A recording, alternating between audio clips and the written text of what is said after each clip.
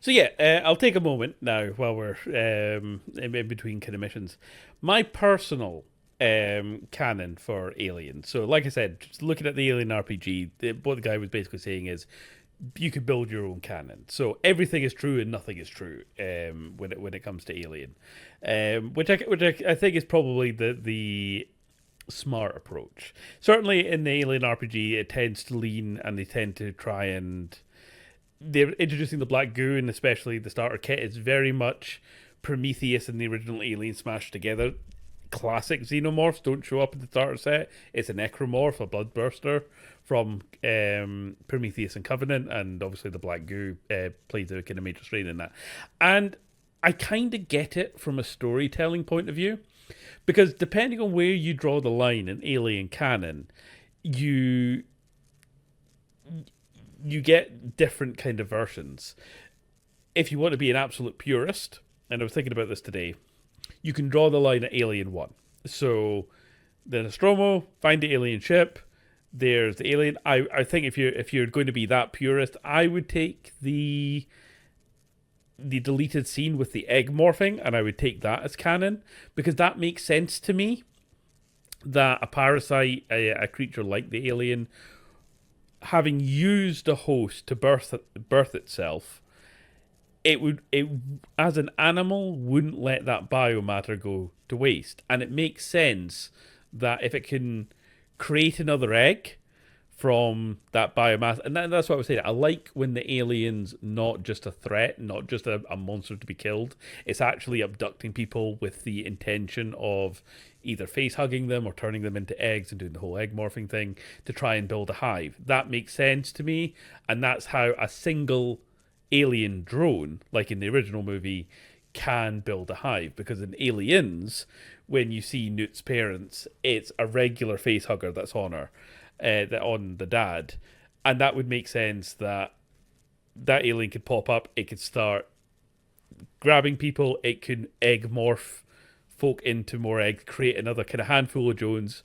It would be inefficient at building a hive that way, but it could at least get several more people as the corpses are egg morphing, a few more hosts, get a little kind of collective of about 5 or 6 aliens on the go. Then you get the idea of morphing. Now, very famously, James Cameron, when he went in, the sales pitch meeting was just he wrote alien on the board and then a dollar sign afterwards, and then Fox were like, greenlit. And I think Ridley Scott really didn't like the idea of a queen, so that was never in the original draft. I don't mind the queen, and I think if you place that with the egg morphing and the molting, that the idea that maybe the original drone, having created a few more drones through the egg morphing process, might start converting part of their environment into a hive. And then once that has been secured, if you like, it starts to molt. In the Aliens novel, I think Bishop talks about like queen bees. It's like we assign importance to a queen bee, but from the bee's perspective, it's just the one that's been given the job of egg layer. And part of that, it gets fed the royal jelly, it becomes this big massive thing that's part of the hive, and it kind of gives up its mobility so that it can start pumping out more larvae, eggs, and keep the hive kind of going. So if a drone can egg morph people, start a little hive, secure a little area, get a few more drones on the go, then one of them effectively sacrifices itself to become immobile, to become a queen, to really then ramp up egg production. That makes sense to me again, and then that fits again in very much with the canon of Aliens. I was having this conversation with my dad because we were rewatching all the Alien movies, and he really didn't like, and he rejected the idea of a royal face hugger, which comes in Alien 3. I think it's a region specific thing, but there is a deleted scene in the special edition of Aliens 3 where the guy picks up a massive face hugger, and that's the royal face hugger. And of course, very famously in Alien 3, Ripley is face hugged not by a regular face hugger, but an alien queen.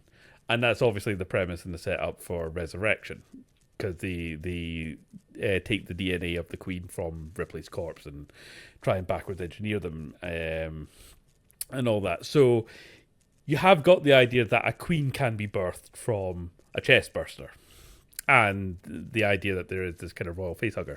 So I think there is actually a species of ant that once the hive or the colony gets big enough, the queen births essentially another queen and then kicks them out, and they've got to take over another hive somewhere. And I need to look it up. I found it really interesting. It's actually a colony of ants that engage in slavery, like they enslave another species of ant by taking over their hive and stuff. But yeah, the idea of once one hive has been set up, a queen can birth another queen and then send that out to start off another hive. And that feels a bit more like Zerg from StarCraft, of how plausibly one drone can start off small, take over a small little environment, convert it to a hive, become a queen, make other queens, and then slowly, if left unchecked, can overrun a planet. So that's my headcanon of how the Alien life cycle works in terms of the classic Alien. And when reading through the RPG and talking about the RPG, they're obviously brought in the black goo, and I do understand from a story perspective, like it or hate it, why the black goo exists. Because when Alien first came out, H.R. Geiger's monster and all this, the whole impact of the first Alien movie was the fact that nobody had encountered anything like this before. The alien was an unknown. You thought Kane was safe after the thing dropped off his face. You had no idea the chestburster was coming. You had no idea it was going to molt into Big Chap. And that's why it was so effective. The problem with, obviously, the Alien franchise as it went on is it began to suffer from what I call the werewolf vampire effect. If you put a werewolf or a vampire in your movie, in your media, whatever, there are certain tropes and expectations that you're signaling to the audience. This is this type of monster. If it's a werewolf, there's going to be a weakness to silver. There's going to be wolfsbane. There's going to be full moons and shit like that. If it's a vampire, right, sucking blood, or if it's a mythical vampire, they can't go unless invited in. If it's infection or zombies, you instantly know by the type of monster that's in the media exactly what you're dealing with. And that's fun from an audience perspective as well, because then you can theory craft on how you would survive. But the most effective monsters and the most effective movies in any horror franchise are always the early ones, when the rules of how the monster engages with the story are unknown. I love the first two Hellraiser movies and the first 10 minutes of Hellraiser 3. Then after Hellraiser 3, they split off Pinhead into his good and bad halves, but the whole point of why the Cenobites worked is they were angels to some, demons to others. They weren't good or evil. They weren't even the main monster of the first movie. That was the serial killer guy who escaped from hell. The Cenobites were his jailers, and when the girl opens up the puzzle box and the Cenobites pop out, they literally look at her and go, no, you're too pure for us. We're not here for you. We're here for him. And I love that. And they're such interesting characters as a result. Again, very much like the God Hand in Berserk. They are an unknown. And you're sitting there trying to work out what their deal is. The last big franchise that took me on that journey of introducing a really compelling monster that I was hooked to the media for, as I was trying to work out, so what are the rules of engagement with this, was actually Attack on Titan. I really love how Attack on Titan introduced the idea of these colossal creatures, and they clearly had a logic to them. And you as the audience and the protagonists were trying to work out what these rules were as the series progressed, and thus try and develop strategies kind of around them. That's what made that anime so compelling. That's what made the original Alien so compelling. The problem is, once you've established all the rules and you're working within that context, suddenly all the mystery's gone. At that point, it becomes another slasher film. It becomes another run in this franchise where as soon as you know that monster is in it, you know how it's going to play out. And don't get me wrong, that's fun in its own sort of popcorn, snacky, in the background sort of way. But that's usually when a horror franchise loses its teeth, it loses its bite. So getting back to Alien. So once we've established Alien 1, 2, 3, 4, Resurrection, My Serona, there wasn't anywhere to take the classic xenomorph, at least in the films. I know they did things like in the book, the Dark Horse comics from is it the Mother in Black or the Alien Empress, and you've got King Aliens, Praetorians, and all this kind of stuff, and there's all kinds of different kind of versions kind of kicking about, and like the Alien Homeworld and all that. But yeah, I know that exists kind of out there in the Dark Horse comics, but at least in terms of the films, and at least in terms of just you pop an alien that's so heavily been marketed in your franchise, you know, face hugger, chest burster, alien pops out, maybe there's a queen, maybe the face hugger hugs something that's not human, like the dog in Alien 3, or like the Predator in AVP, cool, fine. But then if you, like in AVP, as I was saying, if you try and do something slightly stupid, or slightly breaking the rules, like the Pred alien French kissing that woman in the hospital scene, and then she's pregnant, but then she kind of gives birth to like 4 chest bursters. Again, that doesn't make sense from the point of view. The chest burster doesn't go into the womb of the uterus or whatever. What happened to the actual baby that was there, at least in Romulus? If you've, spoiler alert for Romulus, yeah, the pregnant woman injects herself with Prometheus fire, the black goo, and it affects the baby. And that changes that there. That makes sense, I suppose. But again, the Alien AVP movies, they're fun when you don't take them seriously and you just roll with it as a teen slasher with aliens. If you enjoy it on that level, absolutely fine. What obviously they were trying to do with Prometheus and with Covenant is they were trying to bring the mystery back into the Alien franchise. And it says that in the Alien RPG book, where the black goo is basically your tool, the franchise is giving you permission to have a story MacGuffin to make your own unique alien xenomorphic subspecies or adjacent related creature and come up with your own set of rules for them. So any alien subvariant that comes as a result of the black goo, you don't know how it's going to affect other organic life, you don't know how it's going to reproduce, you don't know how it's going to change, like from Shaw having the trilopod taken out, but the trilopod face hugs an engineer, and you're given this deacon, and I think there was like a comic afterwards where the deacon continues to grow and becomes this massive living mountain and shit like that, and it gets all weird and fucky.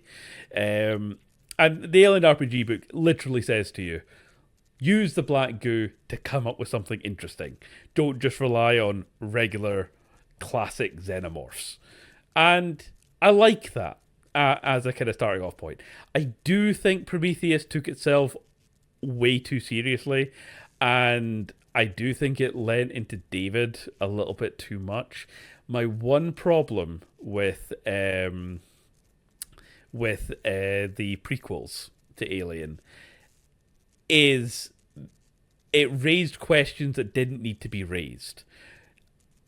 My personal headcanon for incorporating the prequel movies in. So, you have depictions of the Deacon alien. That's clearly a proto-xenomorph.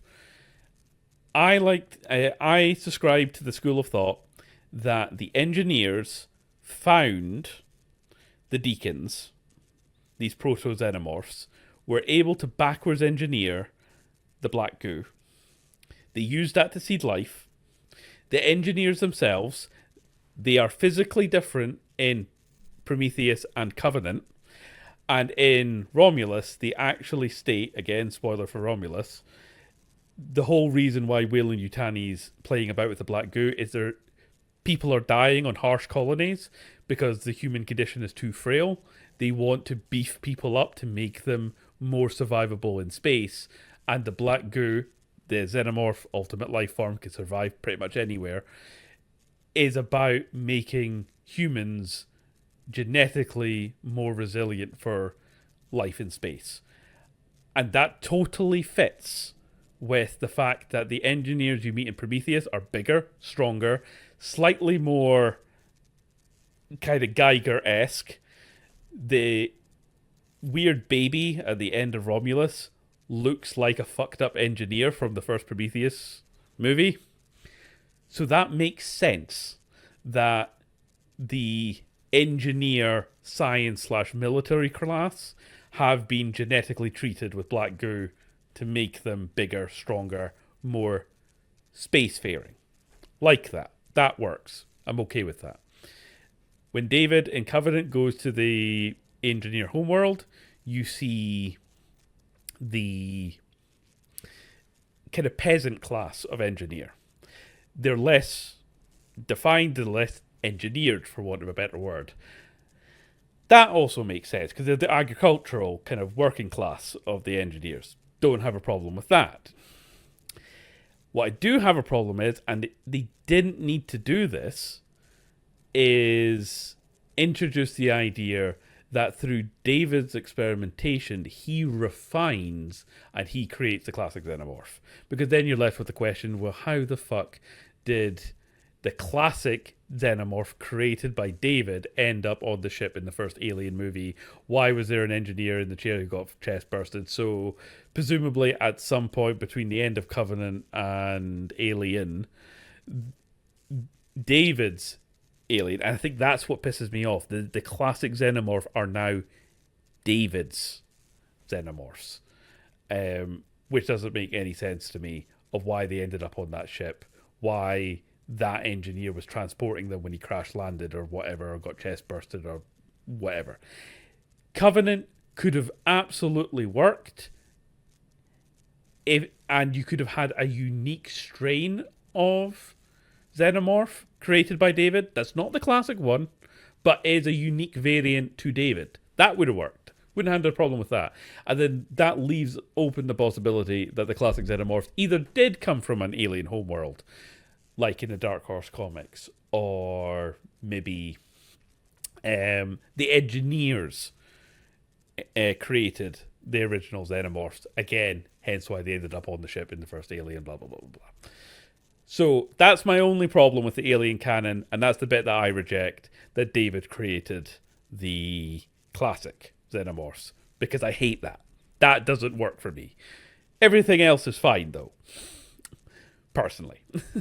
So, like I said, the Alien RPG pretty much goes pick and choose what canon you want. My dad personally draws the line at aliens, so he rejects the notion of a queen queen facehugger, a royal facehugger, and all that.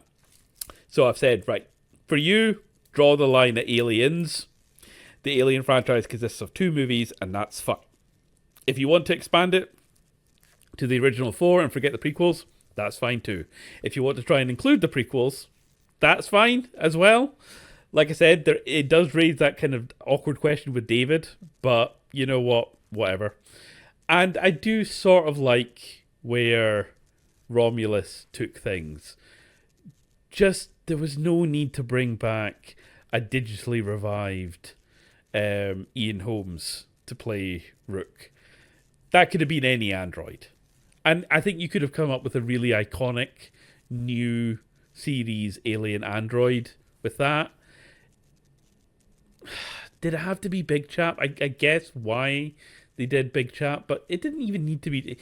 Again, just bringing everything back to the Nostromo, the original Alien, the Ripley. It's like Skywalker in Star Wars, right? Not everything needs to be tied back to the fucking Skywalkers.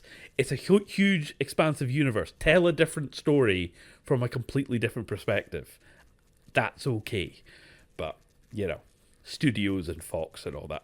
Anyway, that's my rant on aliens and my own personal headcanon. So, take it or leave it.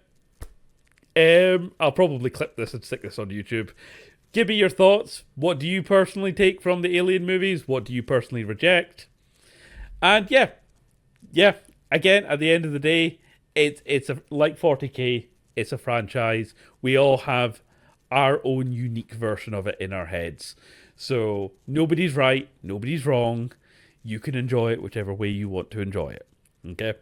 So anyway, let's get back to the game. This one's a priority. Understood. I have no idea what I just upgraded there.